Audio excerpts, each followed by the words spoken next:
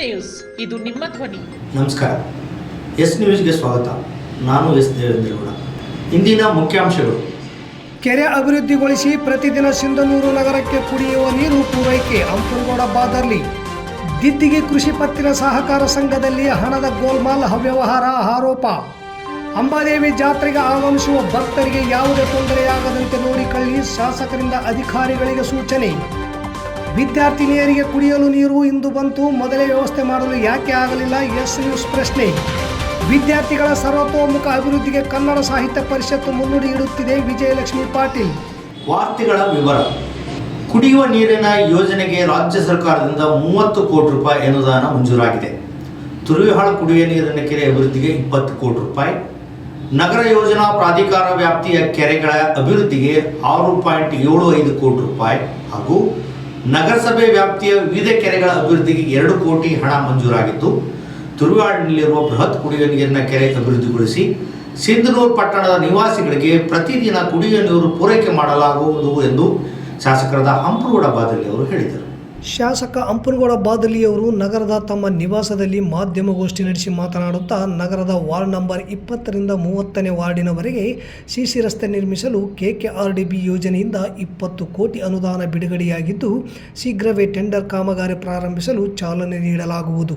ತಾಲೂಕಿನ ಗೊರೆಬಾಳದಿಂದ ವೆಂಕಟೇಶ್ವರ ಕ್ಯಾಂಪಿನವರೆಗೂ ರಸ್ತೆ ಅಗಲೀಕರಣ ಹಾಗೂ ಚರಂಡಿ ನಿರ್ಮಾಣಕ್ಕೆ 20 ಕೋಟಿ ರೂಪಾಯಿ ಅನುದಾನ ಬಿಡುಗಡೆಯಾಗಿದೆ. KKRDB ಮೈಕ್ರೋ ಯೋಜನೆಯಲ್ಲಿ 9 ಪ್ರೌಢಶಾಲೆಗಳ ಕೊಠಡಿ ನಿರ್ಮಾಣಕ್ಕೆ 12 ಕೋಟಿ ರೂಪಾಯಿ ಬಿಡುಗಡೆಯಾಗಿದೆ. ನಗರ ಯೋಜನಾ ಪ್ರಾಧಿಕಾರದ ಕಚೇರಿಯನ್ನು ನಗರಾಭಿವೃದ್ಧಿ ಪ್ರಾಧಿಕಾರಕ್ಕೆ ಮೇಲ್ದರ್ಜೆಗೇರಿಸಲು ಸರ್ಕಾರಕ್ಕೆ ಪ್ರಸ್ತಾವನೆ ಸಲ್ಲಿಸಲಾಗಿದೆ. ಹಾಗೂ ಸಿಂಧನೂರು ಕಲ್ಮಲ ಚತುಷ್ಪಥ ರಸ್ತೆ ಅಭಿವೃದ್ಧಿಗೆ 1,636 ಕೋಟಿ ರೂಪಾಯಿ ಅನುದಾನವಿರಿಸಿ ಟೆಂಡರ್ ಕರೆಯಲಾಗಿದೆ. ಶೀಘ್ರವೇ ಕಾಮಗಾರಿ ಪ್ರಾರಂಭಿಸಲಾಗುವುದು ಎಂದರು. ಈ ಸಂದರ್ಭದಲ್ಲಿ ಮುಖಂಡರಾದ ಎನ್ ಶಿವನಗೌಡ ಗೊರೆಬಾಳ್, ಎನ್ ಅಮರೇಶ್, ಅಶೋಕ್ ಉಮಲೂಟಿ, ರಂಗನಗೌಡ ಗೊರೆಬಾಳ್, ಸಾಯಿ ರಾಮಕೃಷ್ಣ ಸೇರಿದಂತೆ ಅನೇಕರಿದ್ದರು.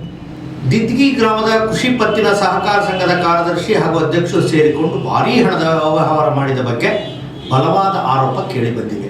ಕೆಲವು ನಿರ್ದೇಶಕರು ಕಾರ್ಯದರ್ಶಿಯನ್ನು ಬಚಾವ್ ಮಾಡಲು ಪ್ರಯತ್ನ ಪಟ್ಟರೆ, ಇನ್ನು ಕೆಲವು ನಿರ್ದೇಶಕರು ಅಧ್ಯಕ್ಷರನ್ನು ಉಳಿಸುವ ಹೋರಾಟ ಮಾಡುತ್ತಿದ್ದಾರೆ ಎಂದು ಗ್ರಾಮದ ಜನ ಮಾತನಾಡಿಕೊಳ್ಳುತ್ತಿದ್ದಾರೆ. ತಾಲೂಕಿನ ದಿದ್ಗಿ ಗ್ರಾಮದಲ್ಲಿರುವ ಕೃಷಿ ಪತ್ತಿನ ಸಹಕಾರ ಸಂಘದ ಕಾರ್ಯದರ್ಶಿ ಚನ್ನಬಸವ ಬಾದರ್ಲಿ ಸಂಘದ ಹಣ ದುರುಪಯೋಗ ಮಾಡಿಕೊಂಡಿದ್ದಾರೆ. ಕಾರ್ಯದರ್ಶಿಯನ್ನು ಅಮಾನತು ಮಾಡುವಂತೆ ಸುದ್ದಿ ಮಾಡಿ ಎಂದು ಹೆಸರನ್ನು ಹೇಳದ ಸಂಘದ ನಿರ್ದೇಶಕರು ಎಸ್ ನ್ಯೂಸ್ಗೆ ಮಾಹಿತಿ ನೀಡಿದರು. ಕಾರ್ಯದರ್ಶಿ 4 ಲಕ್ಷ ಹಣ ತನ್ನ ಸ್ವಂತ ಖಾತೆಗೆ ಜಮಾ ಮಾಡಿಕೊಂಡು ಬಳಸಿಕೊಂಡು ದುರುಪಯೋಗ ಮಾಡಿಕೊಳ್ಳುವ ಜೊತೆಗೆ ಅಧ್ಯಕ್ಷರ ಖಾತೆಗೆ 2,97,000 ಜಮಾ ಮಾಡಿದ್ದಾರೆನ್ನುವ ಆರೋಪ ತಡವಾಗಿ ಬೆಳಕಿಗೆ ಬಂದಿದೆ. ಹಣದ ಅವ್ಯವಹಾರ ಬೆಳಕಿಗೆ ಬಂದ ಸಂಘದ ನಿರ್ದೇಶಕರು ಸಭೆ ಮಾಡಿ ಸದರಿ ಸಭೆಗೆ RDCC ಬ್ಯಾಂಕಿನ ಸೂಪರ್ವೈಸರ್ ಬಂದಿದ್ದು, ಎಲ್ಲರ ಸಮ್ಮುಖದಲ್ಲಿ ವಿಚಾರಣೆ ಮಾಡಿದಾಗ ಕಾರ್ಯದರ್ಶಿ ತನ್ನ ಖಾತೆಗೆ 4 ಲಕ್ಷ ಹಾಗೂ ಅಧ್ಯಕ್ಷರ ಖಾತೆಗೆ 2,97,000 ಹಣ ವರ್ಗಾವಣೆ ಮಾಡಿಕೊಂಡು ಹಣ ಬಳಸಿಕೊಂಡಿದ್ದು ನಿಜ. ಅದನ್ನು ಮರಳಿ ಕಟ್ಟುವುದಾಗಿ ಕಾರ್ಯದರ್ಶಿ ತಪ್ಪು ಒಪ್ಪಿಕೊಂಡ ವಿಚಾರ ಸಭೆಯಲ್ಲಿ ಠರಾವು ಮಾಡಲಾಗಿದೆ ಎಂದು ತಿಳಿದು ಬಂದಿದೆ. ಹಣದ ಅವ್ಯವಹಾರ ನಡೆದಿದ್ದು ಸತ್ಯ. ಆದಷ್ಟು ಬೇಗನೆ ಹಣ ಮರಳಿ ಸಂಘಕ್ಕೆ ಕಟ್ಟುವುದಾಗಿ ಕಾರ್ಯದರ್ಶಿ ಒಪ್ಪಿಕೊಂಡು ಪತ್ರ ಬರೆದುಕೊಟ್ಟಿದ್ದಾರೆ. ಇದರಲ್ಲಿ ಅಧ್ಯಕ್ಷರ ಖಾತೆಗೆ ಹಣ ಹೋಗಿದ್ದು ನಿಜ. ಇಬ್ಬರು ಸೇರಿ ಹಣ ಕಟ್ಟುತ್ತಾರೆ ಎಂದು ಸಂಘದ ಉಪಾಧ್ಯಕ್ಷರಾದ ನಾಗರತ್ನ ಅವರ ಪತಿ ಮಹಾಂತೇಶ್ ಪಟ್ಟಣಶೆಟ್ಟಿ ಮಾಹಿತಿ ನೀಡಿದರು. ಸಂಘಕ್ಕೆ ಬಂದ ಹಣದಲ್ಲಿ ಕಾರ್ಯದರ್ಶಿ ಹಾಗೂ ಅಧ್ಯಕ್ಷರು ಸೇರಿಕೊಂಡು ಹಣಕಾಸಿನ ಅವ್ಯವಹಾರ ಮಾಡಿದ ವಿಷಯ ಬೆಳಕಿಗೆ ಬಂದಿದೆ. ಇನ್ನು ಕಣ್ಣಿಗೆ ಕಾಣದೆ ಅದೆಷ್ಟೋ ಹಣದ ಅವ್ಯವಹಾರ ಹಾಗೂ ದುರುಪಯೋಗವಾಗಿದೆ ಎನ್ನುವುದರ ಬಗ್ಗೆ ತನಿಖೆ ಮಾಡಿದರೆ ನಿಜಾಂಶ ಹೊರಗೆ ಬರಲಿದೆ.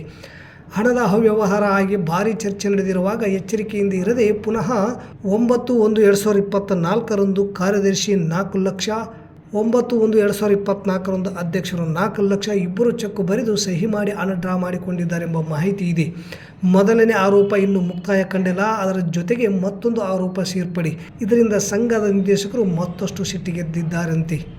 ಇಷ್ಟೆಲ್ಲ ಹಣದ ಅವ್ಯವಹಾರ ದುರುಪಯೋಗವಾಗಿದೆ ಎಂದು ಗೊತ್ತಿದ್ದರೂ ಸಹ ಸೂಪರ್ವೈಸರ್ ತನಿಖೆ ಮಾಡಿ ಕಾರ್ಯದರ್ಶಿಯ ಮೇಲೆ ಕ್ರಮ ಕೈಗೊಂಡು ತಮ್ಮ ಮೇಲಾಧಿಕಾರಿಗಳಿಗೆ ವರದಿ ಕಳಿಸುವ ಬದಲು ಅಕ್ರಮ ಮುಚ್ಚಿ ಹಾಕಲು ಸಮಯ ನೀಡಿದ್ದು ನೋಡಿದರೆ ಭ್ರಷ್ಟರನ್ನು ರಕ್ಷಣೆ ಮಾಡುವ ಉದ್ದೇಶ ಸೂಪರ್ವೈಸರ್ಗೆ ಇದೆ ಎನ್ನುವುದು ಮೇಲ್ನೋಟಕ್ಕೆ ಕಂಡುಬರುತ್ತಿದೆ. ಸಮಗ್ರ ತನಿಖೆ ಆಗಿ ತಪ್ಪಿತಸ್ಥರಿಗೆ ಶಿಕ್ಷೆ ಆಗಬೇಕು, ತಿಂದ ಹಣ ಕಕ್ಕಬೇಕು. ಮುಂದೆ ಹೀಗೆ ಆಗದಂತೆ ಗ್ರಾಮದ ಜನ ನಿಗಾ ವಹಿಸಬೇಕು ಎನ್ನುವುದು ಎಸ್ ನ್ಯೂಸ್ ಅನಿಸಿಕೆ. ಈಗ ಅಧ್ಯಕ್ಷ ಖಾತೆಗೆ ಎಷ್ಟು ಹಾಕಿರಿ?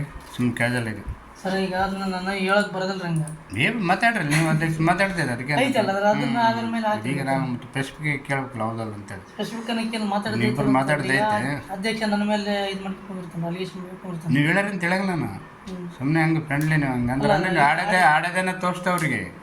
ಈಗ ನಾನು ಹಿಂಗೆ ದಿದ್ದಿಗೆ ಹೋಗಿನಿ ಕಾರ್ಯದರ್ಶಿ ಹೇಳೇನೆ ಅಂತ ಹೇಳಂಗಿಲ್ಲ ನಾನು. ಅಲ್ಲ ಆಲ್ರೆಡಿ ಗೊತ್ತೈತ್ರಿ ಈಗ ಅವ್ನಿಗೆ ಅದಕ್ಕೆ ಗೊತ್ತೈತಿ ನಾವು ಡೈರೆಕ್ಟರ್ಗಳಿಗೆ ಗೊತ್ತೈತಿ. ಅಲ್ಲಲ್ಲ ನಾನು ಬಂದೇನಂತ ನೀವು ಹೇಳ್ಯಾರ ಅಂತ ಹೇಳಂಗಿಲ್ಲ ನಾನು ಕಾರ್ಯದರ್ಶಿ ಹೇಳನ್ರಿ ಅಂತ ಹೇಳಕ್ ಬರಲ್ಲ. ನಾನು ಆಲ್ರೆಡಿ ನೀವು ಫೋನ್ ಮಾಡಿದ ನಿನ್ನೆ ಹೇಳಿದೆ ನಾನು ಎಲ್ಲರಿಗೆ ಇದನ್ನ ಪ್ರಶ್ನೆ ಫೋನ್ ಮಾಡಿದ್ರು ನೋಡ್ರಿ ವ್ಯವಹಾರ ಆಗೈತೆ ಅಂತಂದಂತ ಯಾರು ಹೇಳಿದ್ರೆ ಯಾಕೆ ಅದನ್ನ ಪೇಪರ್ ಹಾಕ್ತಾರೆ ನಮ್ಮ ಇದ್ರದ್ದು ಅಂತಂತಂದ್ರೆ ಅವ್ರು ಹೆಂಗಿತ್ತು ನಾವೇ ಬರ್ಕೊಂಡಾಗ ತಾಲೂಕಿನ ಅಂಬಾಮಠದ ಅಂಬಾದೇವಿ ಜಾತ್ರೆಗೆ ತಾಲೂಕಿನ ಭಕ್ತರಷ್ಟೇ ಅಲ್ಲ, ಸುತ್ತಮುತ್ತಲಿನ ಜಿಲ್ಲೆಯ ಭಕ್ತರು ಮತ್ತು ಹೊರ ರಾಜ್ಯದ ಭಕ್ತರು ಆಗಮಿಸುವರು. ಭಕ್ತರಿಗೆ ಯಾವುದೇ ರೀತಿ ತೊಂದರೆ ಆಗದಂತೆ ಕುಡಿಯುವ ನೀರು ಸೇರಿದಂತೆ ಮೂಲಭೂತ ಸೌಕರ್ಯಗಳು ಒದಗಿಸಲು ಎಲ್ಲ ರೀತಿಯ ವ್ಯವಸ್ಥೆ ಮಾಡಿಕೊಳ್ಳಲು ಶಾಸಕರಾದ ಹಂಪನಗೌಡ ಬಾದಲಿ ಅವರು ಅಧಿಕಾರಿಗಳಿಗೆ ಸೂಚನೆ ನೀಡಿದರು. ಅಂಬಾಮಠದ ಅಂಬಾದೇವಿಯ ಜಾತ್ರಾ ಮಹೋತ್ಸವದ ಅಂಗವಾಗಿ ಸೇರಿದ್ದ ತಾಲೂಕು ಮಟ್ಟದ ಅಧಿಕಾರಿಗಳ ಸಭೆ ನಡೆಸಿ ಮಾತನಾಡಿದ ಅವರು, ಜಾತ್ರೆಗೆ ಲಕ್ಷಾಂತರ ಜನ ಭಕ್ತರು ಆಗಮಿಸುತ್ತಾರೆ. ಅವರಿಗೆ ಯಾವುದೇ ತೊಂದರೆ ಆಗದಂತೆ ನೋಡಿಕೊಳ್ಳಬೇಕು. ವಿಶೇಷವಾಗಿ ಈ ಬಾರಿ ಕಾಲುವೆಯಲ್ಲಿ ನೀರಿಲ್ಲ. ಸ್ವಯಂ ಪ್ರೇರಿತವಾಗಿ ಭಕ್ತರು ತಮ್ಮ ಟ್ರ್ಯಾಕ್ಟರ್ಗಳ ಮೂಲಕ ನೀರಿನ ವ್ಯವಸ್ಥೆ ಮಾಡಬೇಕು, ಬಾಡಿಗೆ ನೀಡುವುದಾಗಿ ತಿಳಿಸಿದರು. ಜಾತ್ರಾ ಮಹೋತ್ಸವದ ನಂತರ ದೇವಸ್ಥಾನದ ಕಾಮಗಾರಿ ಪ್ರಾರಂಭಿಸಲಾಗುವುದು. ದೇವಸ್ಥಾನದ ಅಭಿವೃದ್ಧಿಗೆ ಎಲ್ಲ ರೀತಿಯ ಸಹಕಾರವನ್ನು ಪ್ರಾಮಾಣಿಕವಾಗಿ ಮಾಡುವುದಾಗಿ ತಿಳಿಸಿದರು. ಈ ಸಂದರ್ಭದಲ್ಲಿ ಗ್ರಾಮ ಪಂಚಾಯಿತಿ ಅಧ್ಯಕ್ಷೆ ರೇಣುಕಮ್ಮ, ದೇವಸ್ಥಾನದ ಆಡಳಿತ ಮಂಡಳಿ ಅಧ್ಯಕ್ಷ ರಾಜಶೇಖರ್ ಹಿರೇಮಠ್, ತಹಸೀಲ್ದಾರ್ ಅರುಣ್ಕುಮಾರ್ ದೇಸಾಯಿ, ಡಿವೈಎಸ್ಪಿ BS ತಳವಾರ್, ಮುಖಂಡರಾದ ಎನ್ ಶಿವನಗೌಡ ಗೊರೆಬಾಳ್, ಬಸವರಾಜ್ ಹಿರೇಗೌಡರ್, ಅಶೋಕ್ ಕುಮ್ಲುಟಿ, ರಂಗನಗೌಡ ಗೊರೆಬಾಳ್ ಸೇರಿದಂತೆ ಅನೇಕರು ಉಪಸ್ಥಿತರಿದ್ದರು. ಸರ್ಕಾರಿ ಪ್ರಥಮ ದರ್ಜೆ ಮಹಿಳಾ ಕಾಲೇಜಿನಲ್ಲಿ ಕುಡಿಯಲು ನೀರಿಲ್ಲ, ಶೌಚಾಲಯ ವ್ಯವಸ್ಥೆ ಸರಿಯಿಲ್ಲ, ಗ್ರಂಥಾಲಯದಿಂದ ಪುಸ್ತಕ ನೀಡುತ್ತಿಲ್ಲ ಎಂದು ವಿದ್ಯಾರ್ಥಿನಿಯರ ಪ್ರತಿಭಟನೆಯ ವರದಿಯನ್ನು ಎಸ್ ನ್ಯೂಸ್ ಇದೇ ತಿಂಗಳು 18ರಂದು ಬಿತ್ತರಿಸಿತ್ತು. ಇಂದು ಏನಾಗಿದೆ ಎಂದು ಎಸ್ ನ್ಯೂಸ್ ತಂಡ ಕಾಲೇಜಿಗೆ ಭೇಟಿ ನೀಡಿದಾಗ ಕುಡಿಯುವ ನೀರಿನ ವ್ಯವಸ್ಥೆ ಆಗಿತ್ತು. ನೀರಿನ ಕ್ಯಾನ್ ತರಿಸಲಾಗಿದೆ.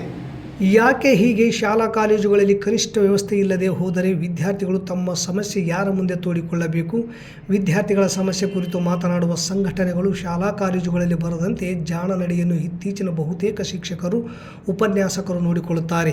ವಿದ್ಯಾರ್ಥಿಗಳಿಗೆ ನೀವು ಬಂದಿರುವುದು ಓದಲಿಕ್ಕೆ, ಸಂಘ ಕಟ್ಟಿ ಹೋರಾಟ ಮಾಡಲಿಕ್ಕೆ ಅಲ್ಲ ಅನ್ನುವ ಬೋಧನೆ ಮಾಡುತ್ತಾರೆ. ತಮ್ಮ ತಪ್ಪು ಗೊತ್ತಾಗಬಾರದು ಎನ್ನುವ ಉದ್ದೇಶವೇ ಹೊರತು ಬೇರೇನೂ ಅಲ್ಲ. ಇಂದು ಮಹಿಳಾ ಕಾಲೇಜಿಗೆ ಭೇಟಿ ನೀಡಿ ವಿದ್ಯಾರ್ಥಿನಿಯರನ್ನು ಕೇಳಿದಾಗ ನೀರಿನ ವ್ಯವಸ್ಥೆ ಮಾಡಿದ್ದಾರೆ ಎಂದರು. ವಿದ್ಯಾರ್ಥಿನಿಯರು ಕ್ಯಾನ್ನಿಂದ ಬಾಟಲಿಗೆ ನೀರು ತುಂಬುವ ಗ್ಲಾಸ್ ಮೂಲಕ ನೀರು ಕುಡಿಯುವ ದೃಶ್ಯ ಕಾಣಿಸಿತು. ಹಾಗೆ ಶೌಚಾಲಯ ಬಗ್ಗೆ ಕೇಳಿದಾಗ ಶುಚಿ ಮಾಡಲಾಗಿದೆ ಎಂದರು. ಕಾಲೇಜ್ ಒಳ ಹೋದಾಗ ಕಟ್ಟಡದ ಕೆಲಸ ನಡೆದಿತ್ತು. ಸಂಪಿನಲ್ಲಿ ನೀರು ನಳದ ಮೂಲಕ ಬೀಳುತ್ತಿದ್ದ ದೃಶ್ಯ ಕಾಣಿಸಿತು ಮತ್ತು ಕುಡಿಯುವ ನೀರು ಫಿಲ್ಟರ್ ಇರುವುದು ಕಾಣಿಸಿತು.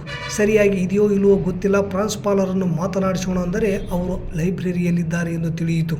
ಪ್ರಾಂಶುಪಾಲರ ಕೊಠಡಿಯಲ್ಲಿ ಕುಳಿತ ನಾವು ಬಂದ ವಿಚಾರ ತಿಳಿಸಲು ಸಿಬ್ಬಂದಿಗೆ ಹೇಳಿ ಬಹಳ ಹೊತ್ತು ಕಾದರೂ ಅವರು ಬರಲಿಲ್ಲ. ಬಹುಶಃ ಮೊನ್ನೆಯ ಸುದ್ದಿ ಅವರಿಗೆ ಬೇಜಾರು ಮಾಡಿರಬಹುದೆಂದು ತಿಳಿದು ಅಲ್ಲಿಂದ ಹೊರಟೆವು. ನೀರಿನ ವ್ಯವಸ್ಥೆ ಕಂಡು ಸ್ವಲ್ಪ ಸಮಾಧಾನ, ಆದರೆ ಪೂರ್ಣ ಪ್ರಮಾಣದ ಸಮಸ್ಯೆ ಈಡೇರಿಕೆಗೆ ಮತ್ತೆ ನಾವು ಪ್ರಯತ್ನಿಸುತ್ತೇವೆ, ಸುದ್ದಿ ಬಿತ್ತರಿಸುತ್ತೇವೆ. ಆದರೆ ಪಾಲಕರು, ಸಂಘ ಸಂಸ್ಥೆ ಮುಖಂಡರು, ಶಿಕ್ಷಣ ಸಂಸ್ಥೆಗಳ ಕಡೆ ಗಮನ ಹರಿಸದೆ ಹೋದರೆ ಹೇಗೆ? ಪರಿಷತ್ತಿನ ನಡೆ ಹಳ್ಳಿ ಕಡೆ ಇದು ಒಂದು ನೂತನ ಮತ್ತು ಉತ್ತಮ ಕಾರ್ಯವಾಗಿದೆ. ಗ್ರಾಮೀಣ ಭಾಗದಲ್ಲಿರುವ ವಿದ್ಯಾರ್ಥಿಗಳ ಸರ್ವತೋಮುಖ ಅಭಿವೃದ್ಧಿಗಾಗಿ ಕನ್ನಡ ಸಾಹಿತ್ಯ ಪರಿಷತ್ನಿಂದ ಮಕ್ಕಳಿಗೆ ಉತ್ತಮ ಕೊಡುಗೆಯನ್ನು ನೀಡುತ್ತಿದ್ದಾರೆ. ಇಂದಿನ ಮಕ್ಕಳೇ ನಾಳಿನ ಪ್ರಜೆಗಳು ಎಂಬ ದೃಷ್ಟಿಕೋನದಿಂದ ಇಷ್ಟೆಲ್ಲ ಗುರುವೃಂದ ಸಮೂಹ ನಿಮ್ಮ ಬಳಿ ಬಂದ ಕಾರಣ ಮಕ್ಕಳಿಗೆ ಒಳ್ಳೆಯ ವಿಷಯಗಳನ್ನು ತಿಳಿಸಲಿಕ್ಕೆ ಈ ಭವಿಷ್ಯತ್ತಿನಲ್ಲಿ ನಿಮ್ಮನ್ನು ಅಭಿವೃದ್ಧಿ ಪಥದತ್ತ ಕೊಂಡೊಯ್ಯಬೇಕಾಗಿದೆ ಎಂದು ಸಮಾಜ ಕಲ್ಯಾಣ ಇಲಾಖೆ ತಾಲೂಕಾಧಿಕಾರಿ ವಿಜಯಲಕ್ಷ್ಮಿ ಹೇಳಿದರು.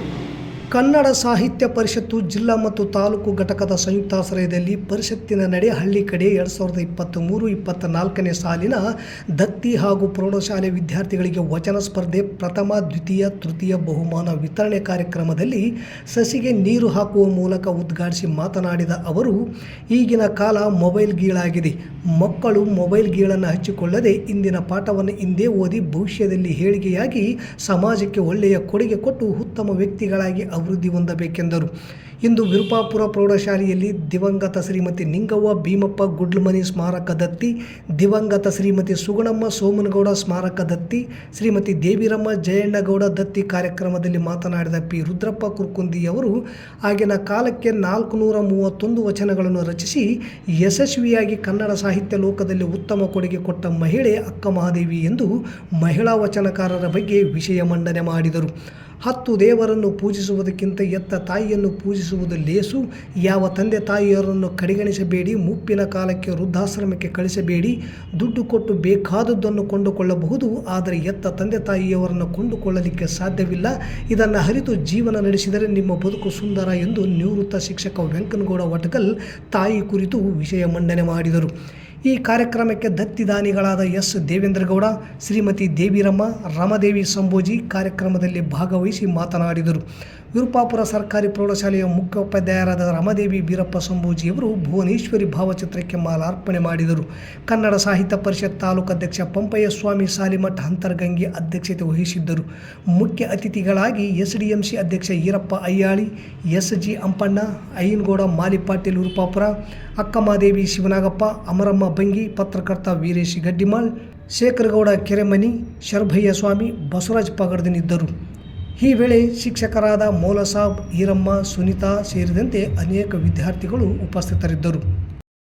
ಮುಖ್ಯವಾಗಿ ಹೇಳಬೇಕು ಅಂತಂದರೆ, ತಾವು ಇಂದಿನ ಮಕ್ಕಳು ನಾಳಿನ ಪ್ರಜೆಗಳು. ಸೊ ಮಕ್ಕಳಲ್ಲಿ ಒಂದು ವಿನಂತಿ ಏನಂತಂದರೆ, ಈ ಒಂದು ಇಷ್ಟೆಲ್ಲ ಒಂದು ಸಮೂಹ, ಒಂದು ಗುರುವೃಂದವು ನಿಮ್ಮಲ್ಲಿ ಬಂದಿದೆ ಅಂದರೆ ಮಕ್ಕಳಿಗೆ ಒಳ್ಳೆಯದು ಮಾಡೋಣ ಅಂತ. ಸೊ ಮಕ್ಕಳೇ, ನಾನು ನಿಮ್ಮಲ್ಲಿ ಒಂದು ವಿನಂತಿ ಮಾಡ್ಕೊಳ್ಳೋದೇನೆಂದರೆ, ಈಗ ಹೆಂಗಿದೆ ಅಂದರೆ ನಿಮಗೆಲ್ಲ ಒಂದು ಈ ಒಂದು ಕಾರ್ಯಕ್ರಮದ ಮೂಲಕ ನಿಮ್ಮನ್ನೇ ಈ ಒಂದು ಭವಿಷ್ಯತ್ತಿನಲ್ಲಿ ನಿಮ್ಮನ್ನು ಸರ್ವತೋಮುಖ ಅಭಿವೃದ್ಧಿಯನ್ನು ಮಾಡಬೇಕಾಗಿದೆ. ನಾವು ಆ ಕಾಲಕ್ಕನೇ 431 ವಚನಗಳನ್ನು ರಚಿಸಣಿಯಾಗಿ ಇವತ್ತು ಕನ್ನಡದ ಸಾಹಿತ್ಯ ಲೋಕದಲ್ಲಿ ಮಹಿಳಾ ಜಗತ್ತಿಗೆ ಒಂದು ಮಹಾನ್ ಕೊಡುಗೆಯನ್ನು ಕೊಟ್ಟಂತಹ ಅಕ್ಕ ಮಹಾದೇವಿಯನ್ನು ಇವತ್ತು ನೆನಬೇಕಾಗುತ್ತೆ.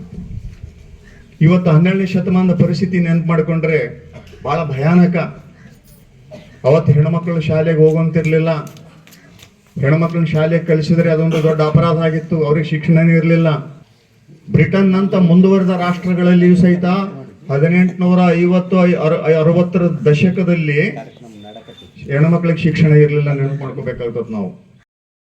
ಬಾಲಕಿಯರೇ ಮುಂದೆ ಮುಂದೆ, ಯಾಕೆಂದ್ರೆ ವರ್ಷ ಪೂರ್ತಿ ಬಾಲಕರವರ ಹಿಂದೆ ಹಿಂದೆ. ಕೆಲವೇ ಒಂದು ಕೇಳ್ತೀನಿ, ಇಲ್ಲ ಅಂದೆ ಕೊಡ್ತೀಯ. ನನ್ನ ಪ್ರೀತಿ ಮಾಡ್ತೀನಿ, ಮನಸ್ಸು ಹೃದಯ ಕೊಡ್ತೀಯ. ಓದ್ಲಿಲ್ಲ ಬರಲಿಲ್ಲ, ಹೂ ಹಿಡ್ಕೊಂಡು ಅವ್ರು ಸುತ್ತ ಇರ್ತಾರ. ಅವ್ರು ಮಾತ್ರ ಹಿಂದಕ್ಕೆ ನೋಡ್ಲಾರ ಮಸ್ತ್ ಓದ್ತಾರ. ರಿಸಲ್ಟ್ ಬರ್ತೈತೆ. ಅಮ್ಮ ತಾಯಿ ಸದ್ರು ಸಣ್ಣಮ್ಮ ಆಯ್ತಾ. ನಾನು ನಿಮ್ಮನ್ನ ಎತ್ತಿಡ್ತೀನಿ ಅಮ್ಮಿ. ರಾಜ್ಯದ ಬಹುತೇಕ ತಾಲೂಕುಗಳು ತೀವ್ರ ಬರಗಾಲ ಎದುರಿಸುತ್ತಿರುವುದರಿಂದ ಬರ ಪರಿಹಾರ ನಿಧಿಗಾಗಿ ರಾಜ್ಯ ಸರ್ಕಾರ ಸಲ್ಲಿಸಿರುವ ಪರಿಹಾರ ನಿಧಿ ಬೇಡಿಕೆ 18,171 ಕೋಟಿ ಹಣವನ್ನು ರಾಷ್ಟ್ರೀಯ ವಿಕೋಪ ಪರಿಹಾರ ನಿಧಿಯಿಂದ ಬಿಡುಗಡೆ ಮಾಡುವಂತೆ ಒತ್ತಾಯಿಸಿ ಭಾರತ ಕಮ್ಯುನಿಸ್ಟ್ ಪಕ್ಷ ತಾಲೂಕು ಘಟಕ ಶನಿವಾರ ಸ್ಥಳೀಯ ವಿಧಾನಸೌಧ ಮುಂದೆ ಪ್ರತಿಭಟನೆ ನಡೆಸಿತು. ನರೇಗಾ ಯೋಜನೆಯ ಸೌಕರ್ಯವನ್ನು 100 ದಿನಗಳಿಂದ 200 ದಿನಗಳವರೆಗೆ ಏರಿಕೆ ಮಾಡಿ ದುಡಿಯುವ ಕಾರ್ಮಿಕರಿಗೆ ಕನಿಷ್ಠ 600 ರೂಪಾಯಿವರೆಗೆ ಹೆಚ್ಚಿಸಬೇಕು. ಕರ್ನಾಟಕ ರಾಜ್ಯದಲ್ಲಿ 27 ಲಕ್ಷ ಕುಟುಂಬಗಳು ವಸತಿಹೀನವಾಗಿದ್ದು ಅವರಿಗೆ ಮನೆಗಳನ್ನು ಕಟ್ಟಿಸಿಕೊಡಬೇಕು. ಕಾರ್ಪೊರೇಟ್ ಪರ ಕಾರ್ಮಿಕ ಕಾಯ್ದೆಯ ತಿದ್ದುಪಡಿಗಳನ್ನು ಹಿಂಪಡೆಯಬೇಕು. ರೈತ ವಿರೋಧಿ ಕಾಯ್ದೆಯ ತಿದ್ದುಪಡಿಗಳನ್ನು ರದ್ದುಪಡಿಸಬೇಕೆಂದು ಆಗ್ರಹಿಸಲಾಯಿತು. ಕಾಂಗ್ರೆಸ್ ಪಕ್ಷವು ಚುನಾವಣಾ ಪ್ರಚಾರದ ಸಮಯದಲ್ಲಿ 6ನೇ ಗ್ಯಾರಂಟಿಯಾಗಿ ಅಂಗನವಾಡಿ ಕಾರ್ಯಕರ್ತೆಯರು, ಆಶಾ ಕಾರ್ಯಕರ್ತೆಯರು ಮತ್ತು ಬಿಸಿ ಊಟದ ಕಾರ್ಯಕರ್ತೆಯರಿಗೆ ನೀಡಿದ ಭರವಸೆಯನ್ನು ಅನುಷ್ಠಾನಗೊಳಿಸುವುದು ಸೇರಿದಂತೆ ಪ್ರಮುಖ 10 ಬೇಡಿಕೆಗಳನ್ನು ಈಡೇರಿಸಲು ಸರ್ಕಾರ ಮುಂದಾಗಬೇಕು ಎಂದು ಮನವಿ ಮಾಡಲಾಯಿತು. ಗ್ರೇಡ್ 2 ತಹಸೀಲ್ದಾರ್ ಚಂದ್ರಶೇಖರ್ ಅವರು ಮನವಿ ಪತ್ರ ಸ್ವೀಕರಿಸಿದರು. ಸಿಪಿಐ ಮುಖಂಡರಾದ ಬಾಸುಮಿಯಾ, DH ಕಂಬಳಿ, ವೆಂಕನಗೌಡ ಗದ್ರಟಿಗಿ, ಜಗದೀಶ್, ತಿಪ್ಪಯ್ಯ ಶೆಟ್ಟಿ, ಜಿಲಾನಿ ಪಾಷಾ, ಹುಸೇನ್ ಸಾಬ್, ಅನ್ವರ್ ಹುಸೇನ್, ಪ್ರಕಾಶ್ ಇದ್ದರು. ಅಂಗನವಾಡಿ ಕಾರ್ಯಕರ್ತರ ಹಾಗೂ ಸಹಾಯಕರ ಫೆಡರೇಷನ್ ರಾಜ್ಯ ಸಮಿತಿ ಕರೆ ಮೇರೆಗೆ ಸಿಂಧನೂರು ತಾಲೂಕಿನ ಅಂಗನವಾಡಿ ಕಾರ್ಯಕರ್ತರು ಹಾಗೂ ಸಹಾಯಕರು ಇಂದು ಪ್ರಧಾನಮಂತ್ರಿ ನರೇಂದ್ರ ಮೋದಿ ಹಾಗೂ ಮುಖ್ಯಮಂತ್ರಿ ಸಿದ್ದರಾಮಯ್ಯ ಅವರಿಗೆ ಪ್ರತ್ಯೇಕ ಪತ್ರ ಬರೆದು ಸಾಮೂಹಿಕವಾಗಿ ನಗರದ ಮುಖ್ಯ ಅಂಚೆ ಕಚೇರಿಯಲ್ಲಿರುವ ಅಂಚೆ ಪೆಟ್ಟಿಗೆಯಲ್ಲಿ ಹಾಕಿದರು. ದೇಶದಾದ್ಯಂತ ICDS ಯೋಜನೆಯಲ್ಲಿ ದುಡಿಯುತ್ತಿರುವ ಅಂಗನವಾಡಿ ಕಾರ್ಯಕರ್ತೆಯರಿಗೆ ಮತ್ತು ಸಹಾಯಕರಿಗೆ ಕ್ರಮವಾಗಿ 4,500 ರೂಪಾಯಿ ₹2,250 ಗೌರವಧನದಲ್ಲಿ ದುಡಿಸಿಕೊಳ್ಳುತ್ತಿದ್ದು ಕಳೆದ 10 ವರ್ಷಗಳಿಂದ ಗೌರವಧನ ಹೆಚ್ಚಿಸಿರುವುದಿಲ್ಲ. ಕಾರಣ ಗೌರವಧನ ಹೆಚ್ಚಿಸಿ ಕನಿಷ್ಠ ವೇತನ ಜಾರಿ ಮಾಡಬೇಕು. ಗ್ರ್ಯಾಚ್ಯುಟಿ, ವೈದ್ಯಕೀಯ, ಮಹಿಳಾ ಮತ್ತು ಮಕ್ಕಳ ಅಭಿವೃದ್ಧಿ ನೀಡುತ್ತಿರುವ ಅನುದಾನ ಹೆಚ್ಚಳ ಹಾಗೂ ಪೋಷಣಾ ಕಾರ್ಯಕ್ರಮದಡಿ ಮೊಬೈಲ್ ಹಣ ಹೆಚ್ಚಳ ಮಾಡಿ ಬೆಲೆ ಏರಿಕೆಗೆ ತಕ್ಕಂತೆ ಗುಣಮಟ್ಟದ ಮೊಬೈಲ್ ಖರೀದಿಗೆ ಹಣ ಬಿಡುಗಡೆ ಮಾಡುವಂತೆ ಪ್ರಧಾನಮಂತ್ರಿಗೆ ಪತ್ರ ಬರೆದರು. ಅದೇ ರೀತಿ ರಾಜ್ಯ ಸರ್ಕಾರದ ಮುಖ್ಯಮಂತ್ರಿ ಸಿದ್ದರಾಮಯ್ಯರಿಗೆ ಬರೆದ ಪತ್ರದಲ್ಲಿ ₹15,000 ಕಾರ್ಯಕರ್ತೆಯರಿಗೆ, 10,000 ಸಹಾಯಕಿಯರಿಗೆ ಮತ್ತು ನಿವೃತ್ತಿಯಾದವರಿಗೆ 3 ಲಕ್ಷ ಇಡಿಗಂಟು ಕೊಡುವುದಾಗಿ ನೀಡಿದ 6ನೇ ಗ್ಯಾರಂಟಿ ಭರವಸೆ ಜಾರಿಗೊಳಿಸಬೇಕು. ಕನಿಷ್ಠ ವೇತನವನ್ನು ವೈಜ್ಞಾನಿಕವಾಗಿ ಮತ್ತು ಶಾಸನಬದ್ಧವಾಗಿ ಸರ್ವೋಚ್ಚ ನ್ಯಾಯಾಲಯದ ಆದೇಶದಂತೆ ಜಾರಿ ಮಾಡಬೇಕೆಂದು ಒತ್ತಾಯಿಸಲಾಗಿದೆ. ಮುಖಂಡರಾದ DH ಕಂಬಳಿ, ಗಿರಿಜಮ್ಮ ದಡೇಸೂಗೂರ್, ಆದಿಲಕ್ಷ್ಮಿ ಸುಲೋಚನಾ, ಲಕ್ಷ್ಮೀ ದಡೇಸೂಗೂರ್, ಶಾಂತಾ ಗೊರೆಬಾಳ್, ಅಂಬುಜ ಇದ್ದರು. ಮತ್ತೊಮ್ಮೆ ಮುಖ್ಯಾಂಶಗಳು. ಕೆರೆ ಅಭಿವೃದ್ಧಿಗೊಳಿಸಿ ಪ್ರತಿದಿನ ಸಿಂಧನೂರು ನಗರಕ್ಕೆ ಕುಡಿಯುವ ನೀರು ಪೂರೈಕೆ. ಅಂಪನಗೌಡ ಬಾದರ್ಲಿ. ದಿದ್ದಿಗೆ ಕೃಷಿ ಪತ್ತಿನ ಸಹಕಾರ ಸಂಘದಲ್ಲಿ ಹಣದ ಗೋಲ್ಮಾಲ್ ಅವ್ಯವಹಾರ ಆರೋಪ. ಅಂಬಾದೇವಿ ಜಾತ್ರೆಗೆ ಆಗಮಿಸುವ ಭಕ್ತರಿಗೆ ಯಾವುದೇ ತೊಂದರೆಯಾಗದಂತೆ ನೋಡಿಕೊಳ್ಳಿ, ಶಾಸಕರಿಂದ ಅಧಿಕಾರಿಗಳಿಗೆ ಸೂಚನೆ. ವಿದ್ಯಾರ್ಥಿನಿಯರಿಗೆ ಕುಡಿಯಲು ನೀರು ಇಂದು ಬಂತು, ಮೊದಲೇ ವ್ಯವಸ್ಥೆ ಮಾಡಲು ಯಾಕೆ ಆಗಲಿಲ್ಲ? ಎಸ್ ನ್ಯೂಸ್ ಪ್ರಶ್ನೆ. ವಿದ್ಯಾರ್ಥಿಗಳ ಸರ್ವತೋಮುಖ ಅಭಿವೃದ್ಧಿಗೆ ಕನ್ನಡ ಸಾಹಿತ್ಯ ಪರಿಷತ್ತು ಮುನ್ನುಡಿ ಇಡುತ್ತಿದೆ. ವಿಜಯಲಕ್ಷ್ಮಿ ಪಾಟೀಲ್. ಇಲ್ಲಿಗೆ ವಾರ್ತಾ ಪ್ರಸಾರ ಮುಕ್ತಾಯವಾಯಿತು. ನಿರಂತರ ಸುದ್ದಿಗಾಗಿ ವೀಕ್ಷಿಸಿ ಎಸ್ ನ್ಯೂಸ್. ಇದು ನಿಮ್ಮ ಧ್ವನಿ. ನಮಸ್ಕಾರ.